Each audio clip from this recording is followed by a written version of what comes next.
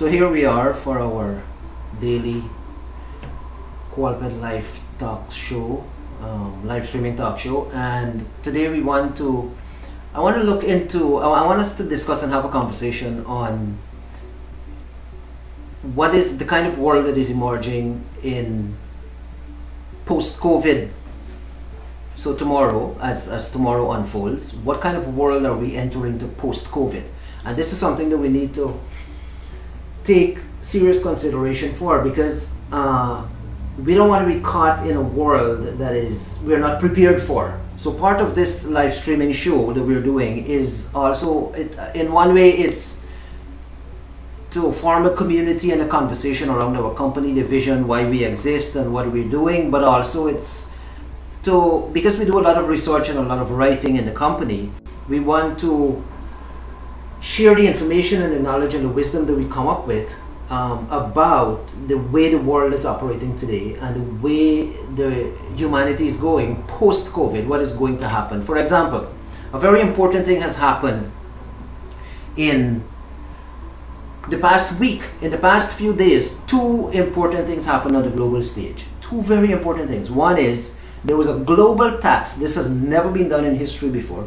There's a global tax of 15% against the rich people of the world. So what they call a rich people tax. A global tax by the Organization for Economic Cooperation and Development, which is a global organization. So 130 something countries, and eventually all the countries in the world will sign up, but 130 something countries signed up to this new law, a 15% tax. I don't know if you saw the news and if you've read the fine print, but it's incredible that they launch this new law. It's a new legislation that the UN will be implementing, and tax authorities in every country would have to be following, who signed on to the treaty, and every country will eventually sign on. And then the second thing that happened, so we have now a global wealth tax of 15%. So high earning companies and I guess individuals would have to pay a 15% tax. Of course, this is human nature being what it is. This is going to create a whole slew of stuff, including more tax evasion on a global scale, maybe trust funds and all those things, trust companies, but also more stringent control of the world financial system to make sure that those who are earning high wealth would fall into the tax net. So this is a very serious thing that is going on. The second thing that happened this week, which is also highly significant, is that the United Nations came out with a new human right mandate. It's a human right mandate, which means every country would have to follow this virtual order of the United Nations, which is that there's a new human right, which is sustainable environment. If you are operating a company, or you're even personally, I guess, doing anything that is damaging to the environment, you're violating the human rights of society, and somebody could take you to court. Whether human rights court or the real court, they could sue companies, they could sue countries, they could sue organizations, they could launch legal maneuvers and lawsuits against anybody who they can, of course, come up with the evidence. And what evidence can you come up with for environmental damage, right? Who's causing the environmental damage? A factory spewing carbon monoxide through chimneys, that's environmental damage. Plastics,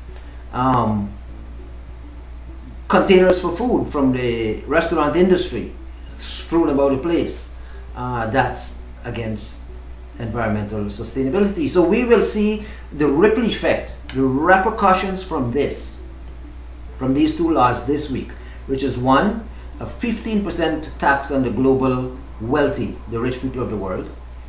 So families that have been rich for generations, you're looking at the Rockefellers and the Habsburgs and all these, famous families. They would all, the royal family of England included, they would all have to pay a 15% tax into a global fund. It's an incredible development, and a lot of people are not talking about it. The news was released, of course, that the OECD enacted this legislation and 136 countries signed on to it. But I guess it's new, so there hasn't been a lot of analysis and criticism or appreciation of this new development. It happened over the past few days anyway, so I guess eventually we will have more details and people will debate on it more and comment on it more, right? But on this live stream, where we talk about a quality life, which is what we designed a lifestyle system, and this is what we do with our company. We want to deploy this lifestyle system, which I actually live the lifestyle system, as a system across the world. And part of that lifestyle system is to understand and know the context in which we live, the age in which we live, the society and how it functions, how the world operates. That's what we're about. And so I want our viewers to know, and this video, remember, is going to be recorded, although it's live. I don't suppose our audience is massive right now, but it's going to be on Facebook and YouTube and wherever it's being broadcast, on LinkedIn and Twitter and Tumblr and all over the place, Reddit and stuff. But it's going to be stored on Facebook, on our channel, and on the Qualpel channel, and also on Facebook, on our Facebook page, Future Stars Media Enterprise. So go there and check it out if you want to listen to it again.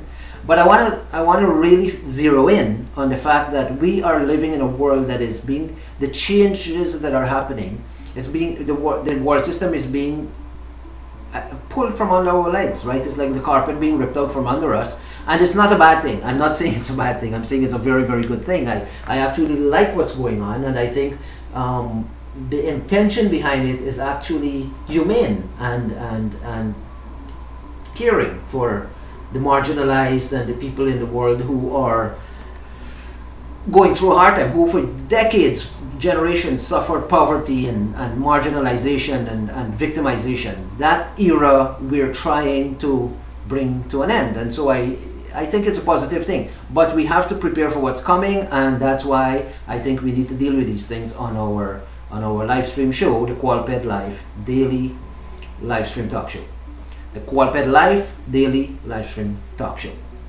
What we're talking about is the Qualped Life, or the designed life, or authoring our future. That's what we want to build a community around, the ideas and the tools, the technologies and the teachings, the tips and techniques that we come up with through intensive research, reading the right books and watching the right documentaries, accumulating knowledge, wisdom and understanding, refining that knowledge, wisdom and understanding into practical truth that we can package into books and courses and different things that we can actually train our people, our community, in living the designed life. We believe that in this day and age, in the 21st century, the individual, you and me, despite 15% wealth tax or in the world, or despite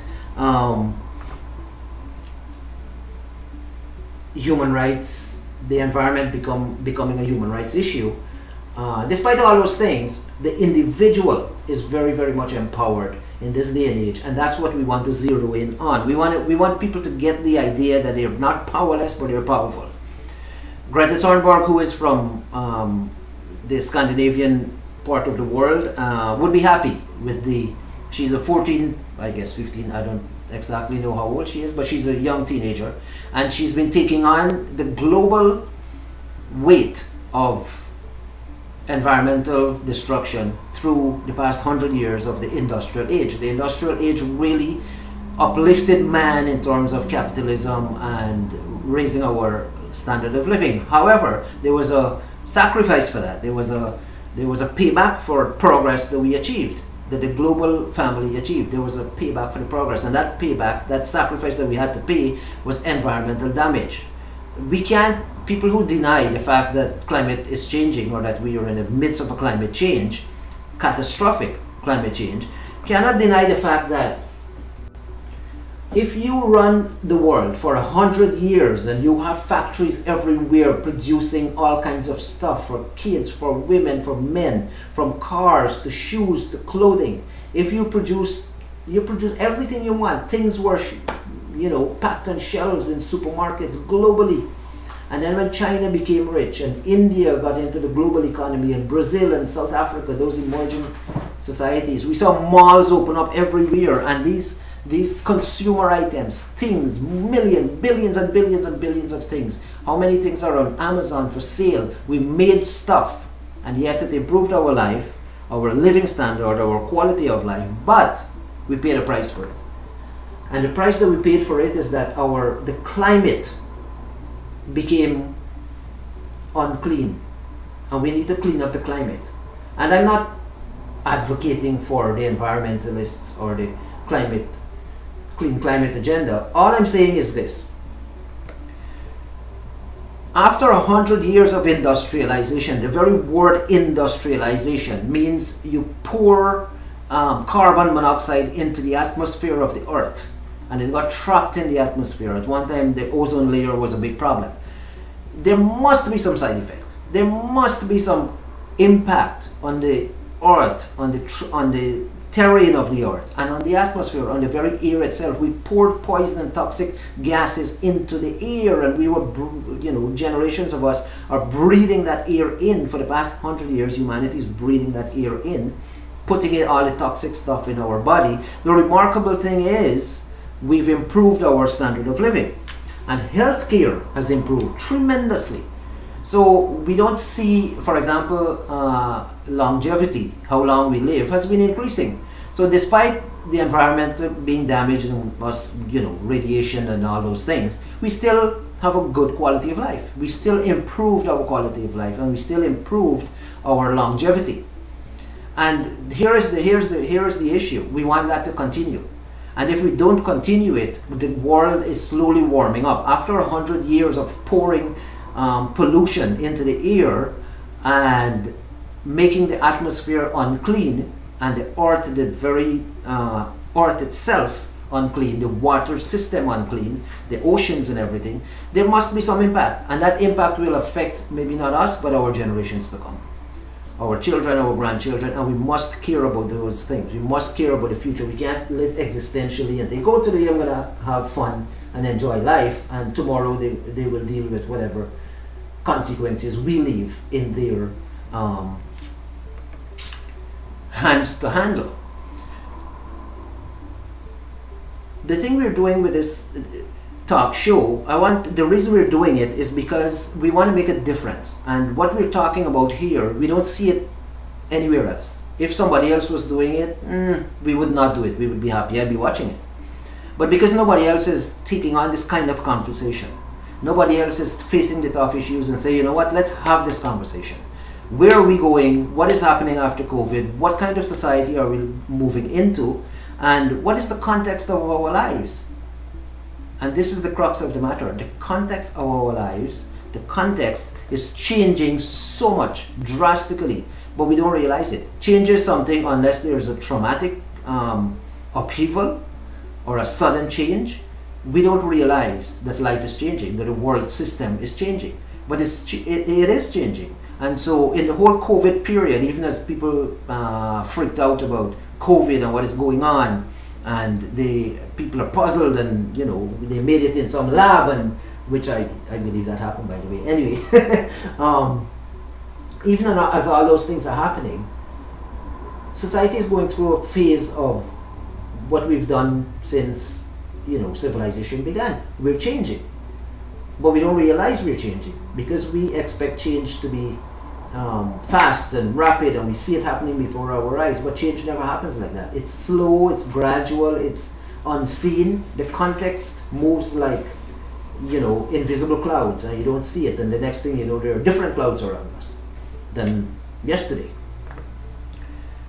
And what we want to do here, if the message that we have for the world is the tools that we develop within our company, within our startup and our technology is for books, is that the individual is empowered, and the individual is able and capable and empowered in this day and age, despite what is going on in the world, to design the life that you want and that I want. You and I, we don't need to depend on, not depend, but we don't need to sit back and say society is doing this to us and we're victims of what society tells us. We don't need to conform to the way the world is. We need to be good people, we need to have integrity, but we need to take responsibility for our own individual life. Nobody's going to come to you and say, I'm going to pull your socks up and I'm going to listen up your boots. If you're an adult, they do it as a child, your parents, but then eventually they say, you learn to do that. You learn to listen up your own boots and put on your own shoes and pull up your own socks. And so we as adults, we walk around in this world, in this life, and we say, oh, help me, give me a job, pay me a salary, and I'm going to depend on you as a company. And we're not saying something is wrong with that, but the era of it is over, or at least it's coming to an end. The era of people depending on a big corporation employing the whole town in a mining operation or some commercial activity, we would still have a place for that. But what is becoming more and more real is this empowerment of the individual. And you got to believe that. It comes to a point, you know what life is all about. It's what we believe. Do I believe I am an empowered human being? Do I believe that I have the power to build a company as a Canadian citizen or as any citizen anywhere in the world system that we have today? Do I believe that I can design the life that I want? Do I believe I can author the kind of future that I want? That I can write a life plan, follow that life plan, and maybe not rigidly but fluidly, being dynamic and playful, and achieve goals that I can set out to achieve in the future? Do I believe that? And we want you to believe that. We want you to know that you are an empowered person. But here is the thing. Certain things are necessary. And one of the things that is necessary is that we must know our context. We can't, for example, live in Timbuktu and expect to achieve the results of Silicon Valley, right? We must know the context in which we live. And that context that we live in the world today is a context that is coming out. We're emerging out of COVID.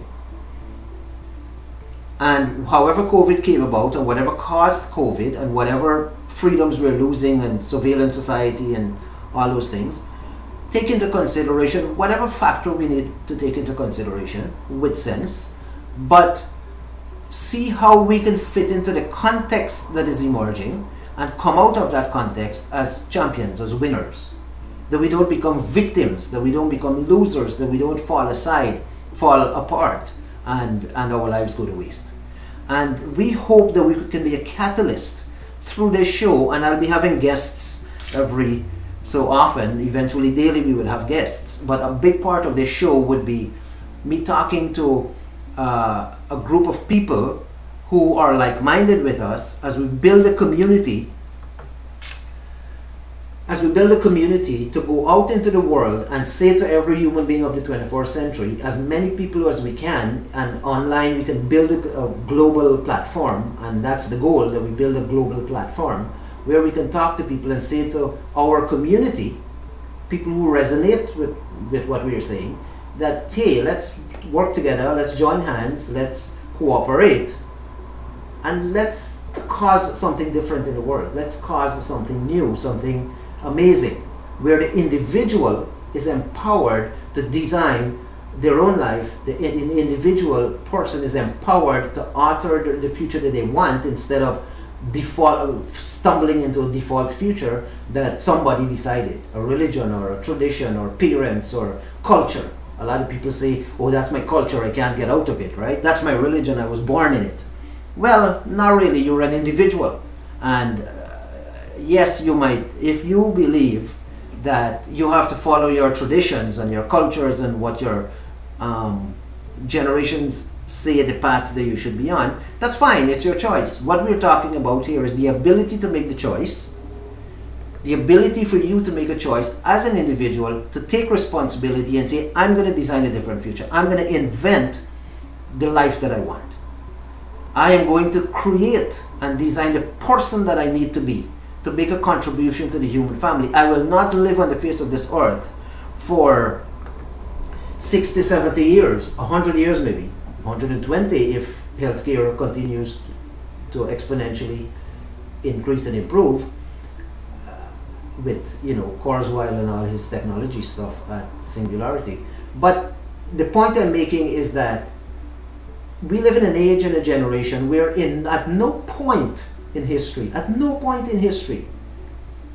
in the Greek Empire, in the Roman Empire, in the British Empire, even for the past century in America with democracy and freedom of the individual and the kind of revolution they had in the 60s, the sexual revolution, and everybody throwing off all the shackles of religion and tribalism, and individuals started gaining some power in the West.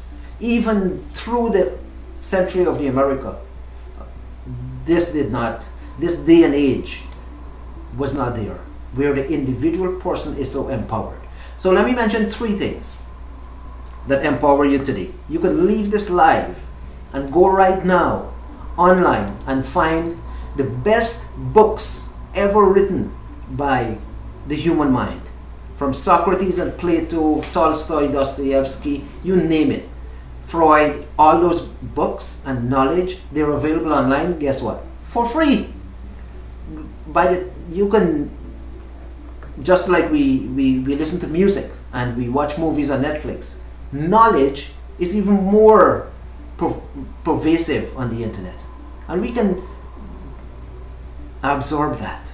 We can delve into the world's greatest library. The whole canon of mankind is available online for us to absorb and really enjoy, sink our teeth into, and become the human being that is our potential.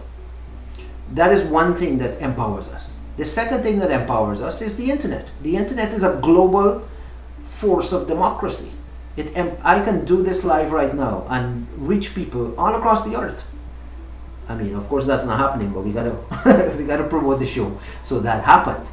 But my point is, we have a global platform in the internet that took off only in the late 90s through the 2010s, and now our parents didn't have. Our foreparents did not have. We did not have this platform that we have right now. Not only can we go on the platform and read the deepest works ever, all the books of the first year students at Harvard and Yale, Cambridge, the top universities in the world, those first year books, which used to be elite knowledge, are now available online for free, for anybody to read. Even YouTube videos, which is not a way to absorb knowledge, because with videos the memory system doesn't work the way reading does. But I would encourage you to get those books, ebooks, and read them. It's very, very empowering. Watch on YouTube Jim Rohn and all these motivational people who studied deeply and took their knowledge and shared it for free online, totally free. Knowledge, wisdom, and understanding. If you said to me, if I need something if I need alcohol or drugs, I gotta pay for it. I gotta find money. If I walk into a restaurant or a bar, I have to pay for stuff. You can go online and for free, don't have to pay a single cent, get the wisest knowledge, wisdom, and understanding available online. The individual who cares about their self-development, the individual who is concerned about self-mastery and self-discipline would go on the internet. And you don't need a school, you don't need big tuition fee, you don't, self-development. It's there. And so we have the internet. We have all these huge works available to us, including videos on YouTube and elsewhere, where the best human mind could mentor us and coach us and instruct us if we would take a few minutes a day for self-care, self-development, and self-mastery. And the third thing that we need to realize in this day and age is a very, very important thing. The excuse a lot of people come up with, I guess not an excuse, but the belief of a lot of people in this day and age, given 100 years of the industrial age of economic way of life, where people thought the presupposition of life was that I have to earn money, I have to pay bills. I have to earn money, I have to pay bills. We woke up every day and the first thing in our mind was, and is up to now, how do I earn money to pay my bills? Right? Now, of course, it's sensible. You can't wake up in the morning and say, I don't care about my bills, I'm going to go do nonsense and waste my life, which some people do.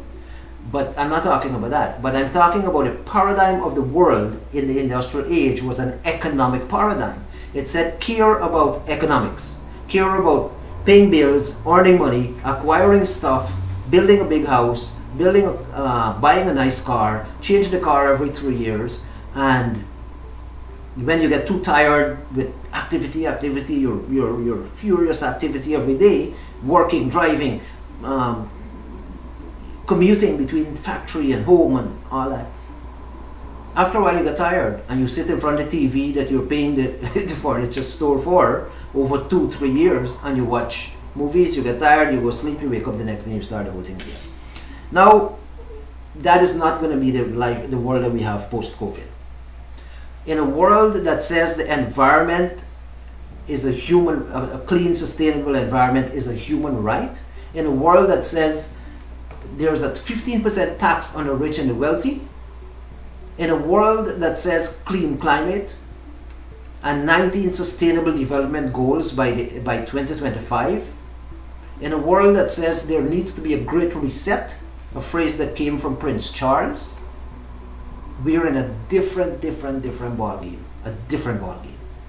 and we want a community around us globally, but also locally in Canada, but wherever you are, come around us. Let us have a conversation, let us work with each other, let us encourage each other, and let us share the knowledge, wisdom, and understanding that we need to cope with the times that are coming. Which the intention of those times is that it would it would augment human intellect. It would make us better people.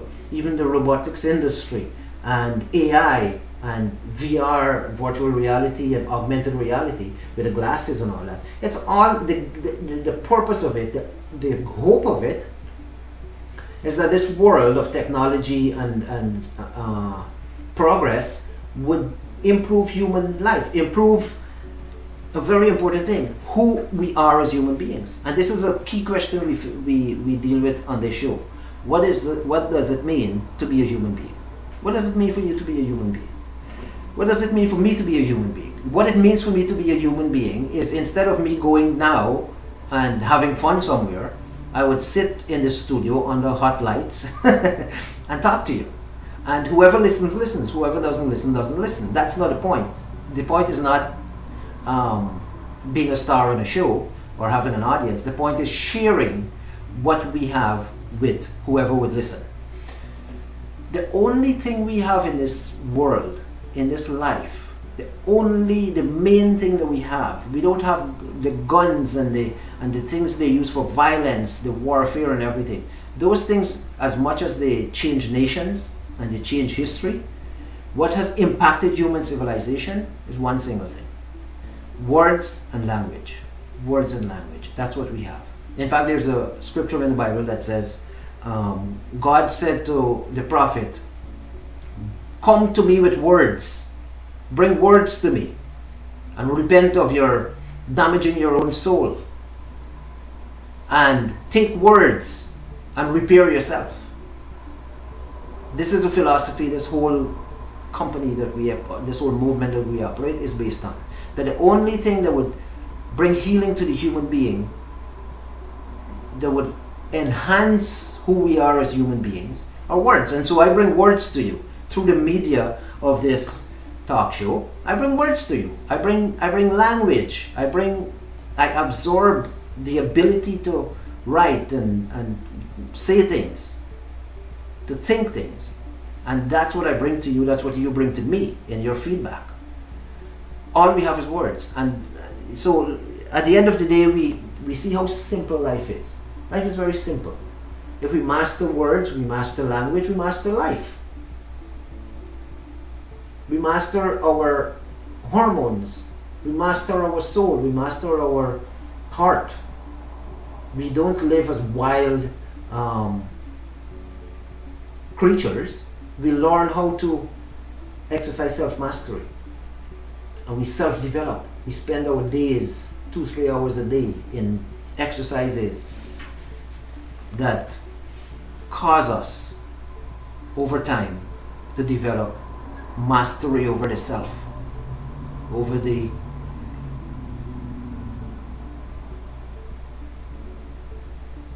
way we fall apart. We learn how to self-care. And in the context of where the world is going post-COVID, there could be a period of enormous chaos, because the world system that used to be the infrastructure, the United States is, President Biden is implementing an infrastructure plan of $1.5 trillion, and they're going for a bigger plan of $3.5 trillion to completely remake America. To remake American infrastructure, the roads, buildings, of course the internet, electricity, the transmission lines, the power system. We're going through a period post-COVID where there's a complete remake of society. And we are the members of that society. We can't say these things are above our heads, that they're happening up there and they don't concern us. They do concern us. They do concern us because we are the members of society. If the street outside is being remade into a smart lanes for electric vehicle and self-driving vehicles, if they say this building has to be retrofitted with and refurbished and made into a smart building because it's damaging the environment by being a dead building, that is, if the parking lot has to be changed from whatever the parking lot is made with, I lost my train of thought with. What is a parking lot made with? Whatever it's made, tarmac, right? If you change that and you put in a smart driveway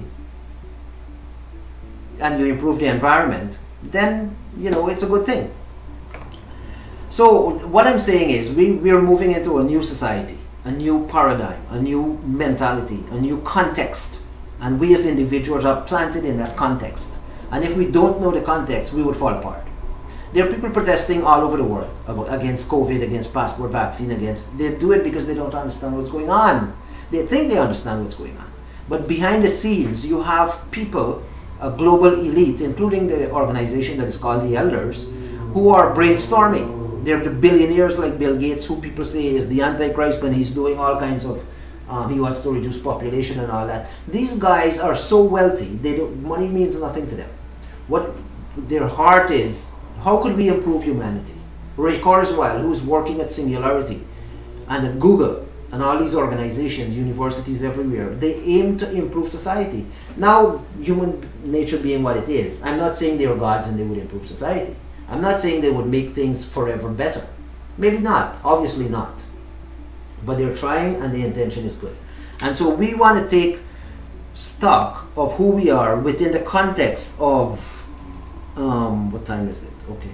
We want to take stock of the context in which we live and learn to be individuals who actually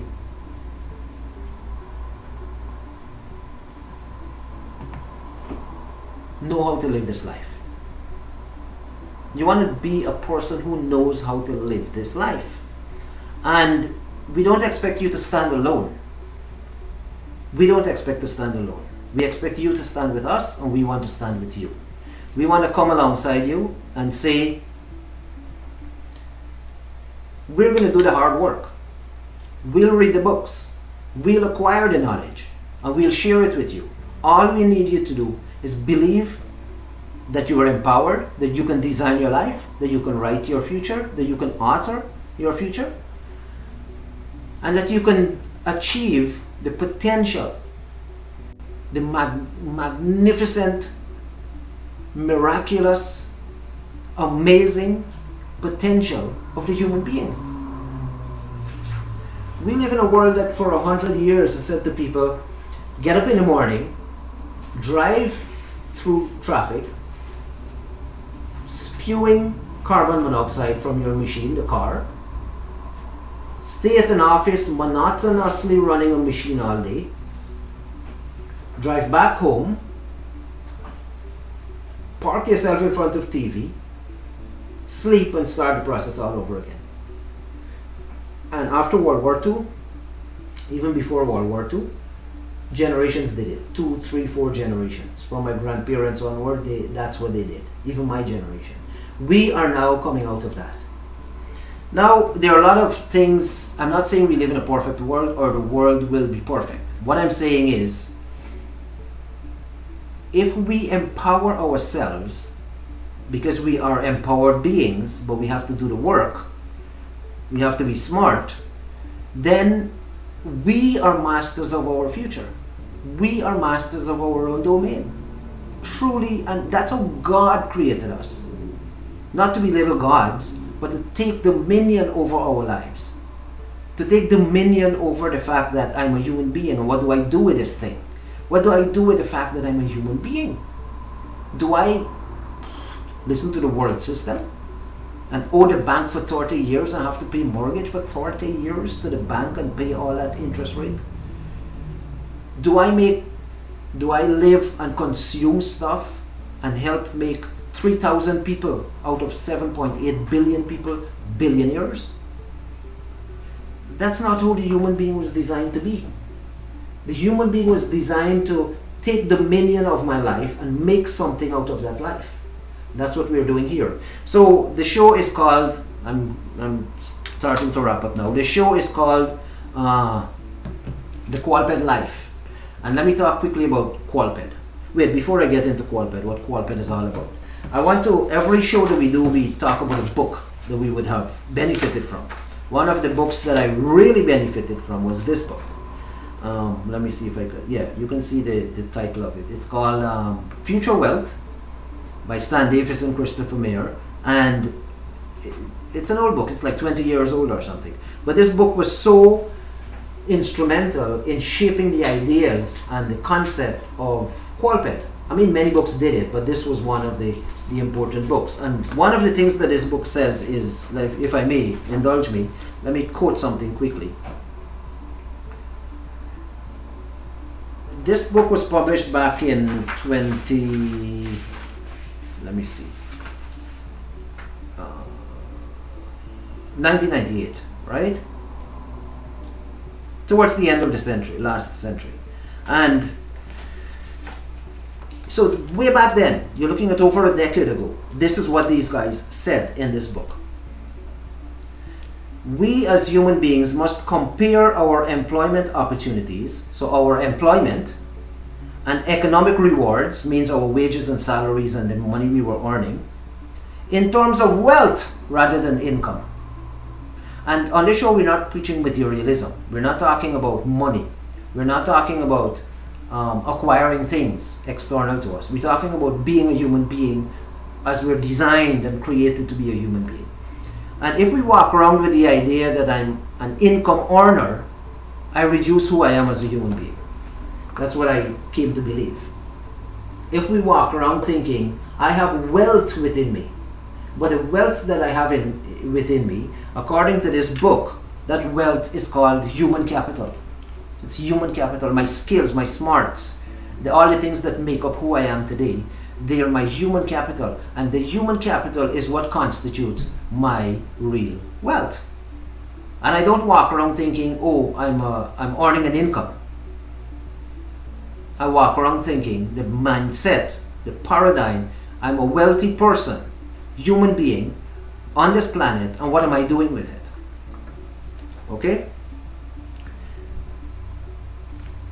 These guys said, if you take a job, there's nothing wrong with taking a job, but take a job if it's your passion, if you love it, for what it can teach you, for how much it will improve your skills, talents, and smarts, rather than for what it pays.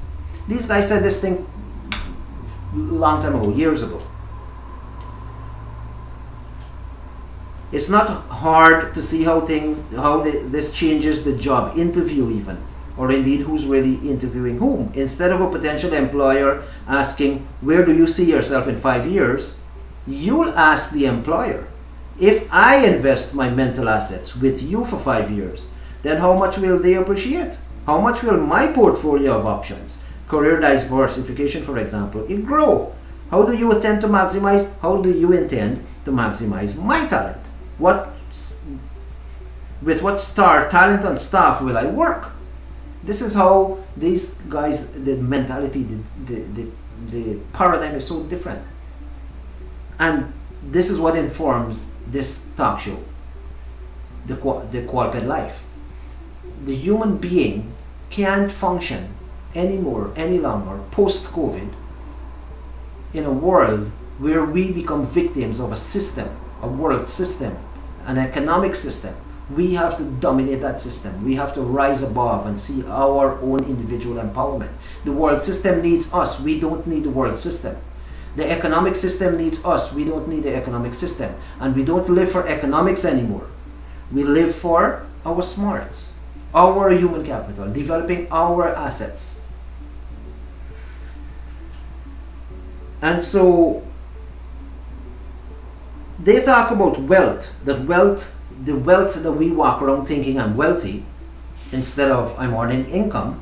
The wealth that we have comes from selling the rights of my future earnings. So this is what authors do, and musicians and sports people. There's a reason sports people go out there and they earn $100 million.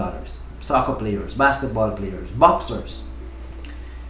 Because they see themselves as wealthy people who are selling the rights to future earnings from their smarts.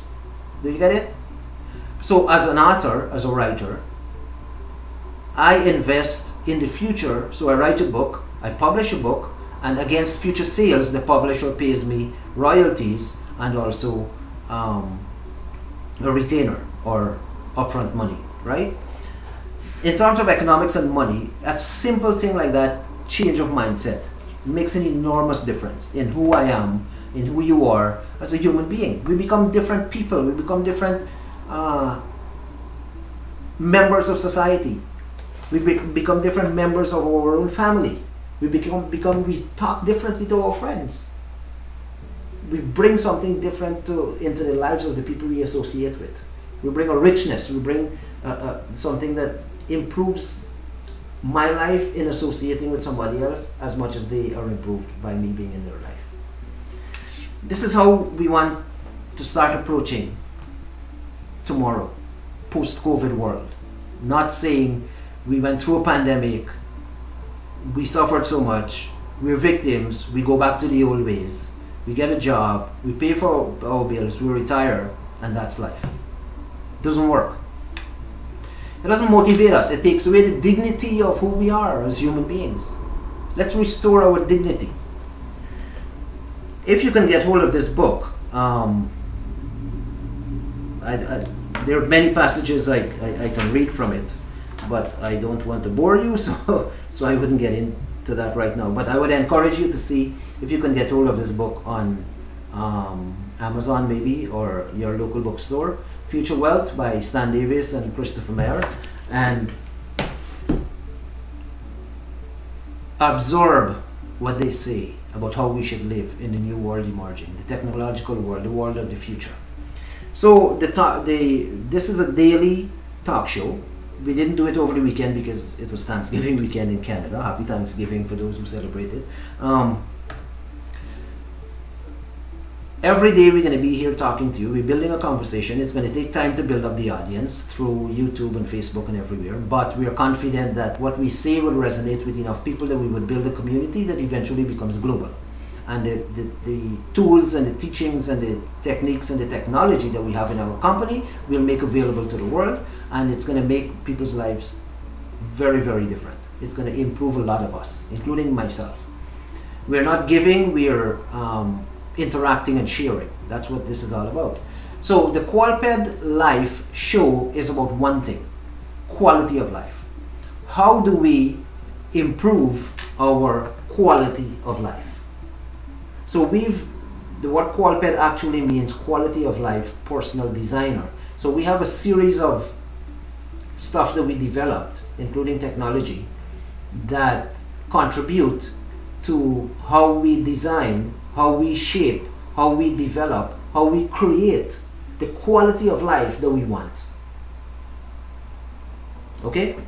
And for me personally, I had to practice this. For me to put out something into the world, I have to prove it to myself, right? Obviously. So I had to prove it to myself. And what I do, I designed starting, I think, when my son was born in 2007. I'll tell you the story before I leave. My son Prince was born in 2007 on Valentine's Day. And I don't know if that information I should put online. Anyway,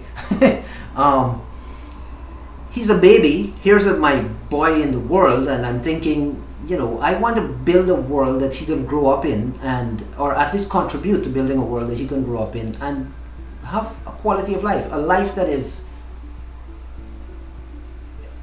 excellent, a life that is even exotic, a life that is exceptional and extraordinary.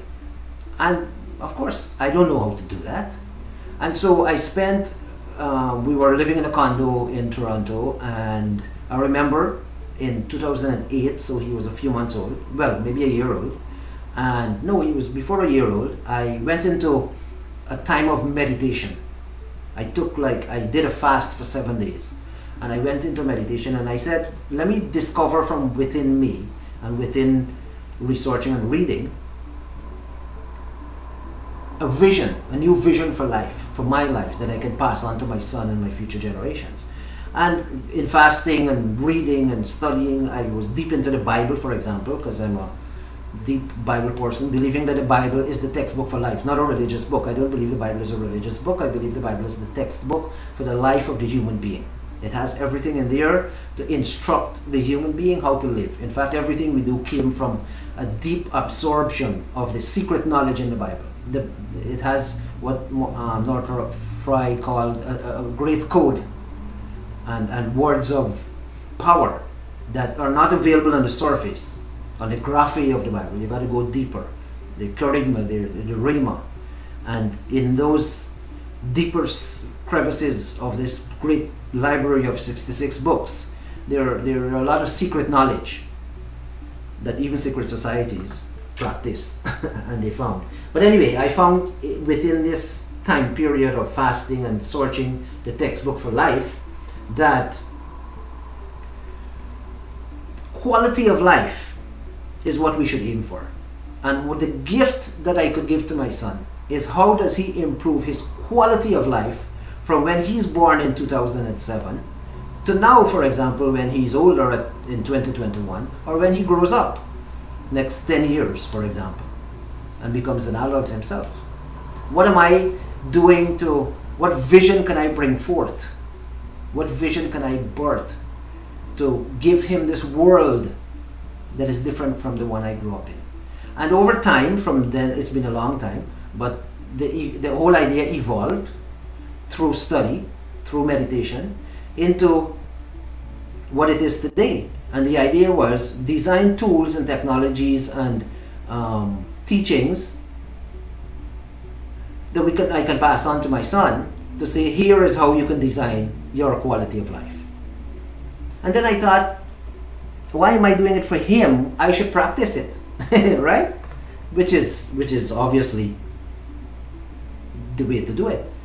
I should practice this thing. I should beta test it. I should make sure it works. This toolbox for how to live the designed life. And then once I know that it works, then I can pass it on to him. And so I started practicing that. And I've lived my life along a designed lifestyle, which I designed myself, of being a writer, of being a reader of literature. And every day, that's what I do. I read, I write, and the whole setup here with this live streaming and all the sections of our business that we're working on, the whole idea is to take the reading and writing that I do, the lifestyle that I enjoy, and share it with the world. And then of course it became, at some point we arrived at a destination where we said, why only me and my son should benefit from this vision and platform and toolbox that I was able to develop over the years, let's share it with the world. And so that's what the Qualped Life is. The Qualped Life is a system for everybody, any human being, despite background, age, disability, whatever it is. It's a toolbox. The Qualped Life is a toolbox for you, me, any one of us, despite our station in life, to be able to design the quality of life that we would like to live.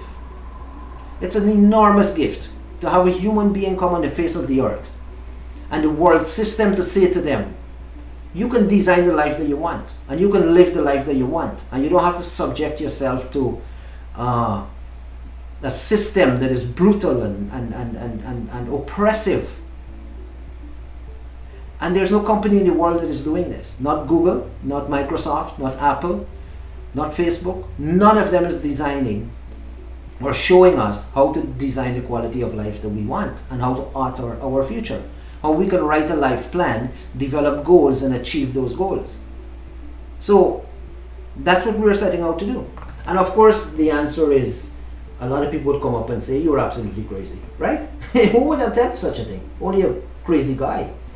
And they say the line between crazy and genius is a very thin line. So yeah, I have craziness in me to try and do this. But it's a joyful thing. I enjoy it. I love it. I love it. I love it. Doing this live stream is not an easy thing for me because I'm introverted, and I like being behind the camera as a journalist. I did journalism for so many years. But I have to come in front of the camera to share in an authentic way what is on my heart about human beings, about human society, about how we can live our potential as human beings, how we can rise to be who we're created to be as human beings. And that's the contribution I want to make to you, individually, one by one. I'm not talking to a whole crowd of people. I'm talking to you, one person, just one person, who would take your time and give me the honor of listening to me and saying, you know what, this guy has something important that I would like to hear, and interact with me. Send us message. It's going to take time for the live stream to really develop into hopefully a global phenomenon, which is our goal, and to build out the platform that we have, the toolbox of the Qualped Life, through writing and authoring your book in the technology that we have, which is called Sims Books. All these things we'll explain later on. It sounds complex, it isn't. All we do every day, we live a lifestyle of writing and reading and sharing. Write, read, and share. That's my lifestyle. And I believe everybody, people say I'm a writer and therefore I can write, and they are not a writer.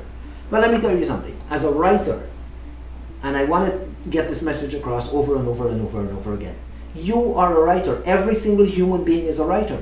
Every single human being. I'm not special as a writer. I was trained in the craft and technique of it, and I practiced it enough that I believe in my heart, maybe my ego or craziness, that I'm one of the best writers of fiction in the world. My work is not out there yet, but it's coming because of the work that I put into it.